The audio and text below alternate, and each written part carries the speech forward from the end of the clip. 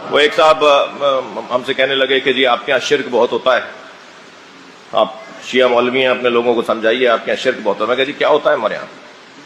کہنے لگے وہ آپ کے یہاں یہ ہوتا ہے وہ ہوتا ہے، اور لمبی لسٹ بیان کرنے کے بعد انہوں نے کہا جی آپ کے یہاں تغرے بنائے جاتے ہیں علی وارث کے،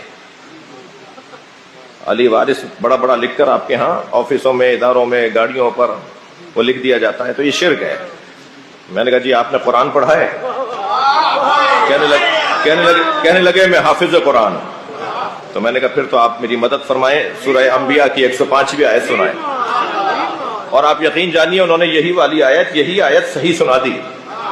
وَلَقَدْ كَتَبْنَا فِي الزُّبُورِ مِن بَعْدِ الذِّكْرِ أَنَّ الْأَرْضَ يَرِثُهَا عِبَادِيَ الصَّالِحُونَ، تورات، زبور، انجیل، قرآن میں ہم نے لکھ دیا ہے، اللہ کہہ رہا ہے ہم نے لکھ دیا ہے۔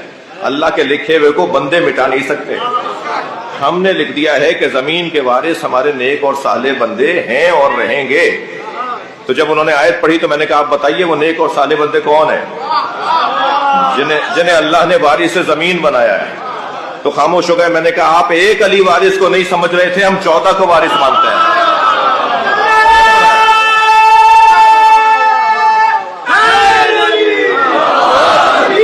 اللہ نے انہیں وارث بنایا ہے، اللہ نے انہیں زمین کا وارث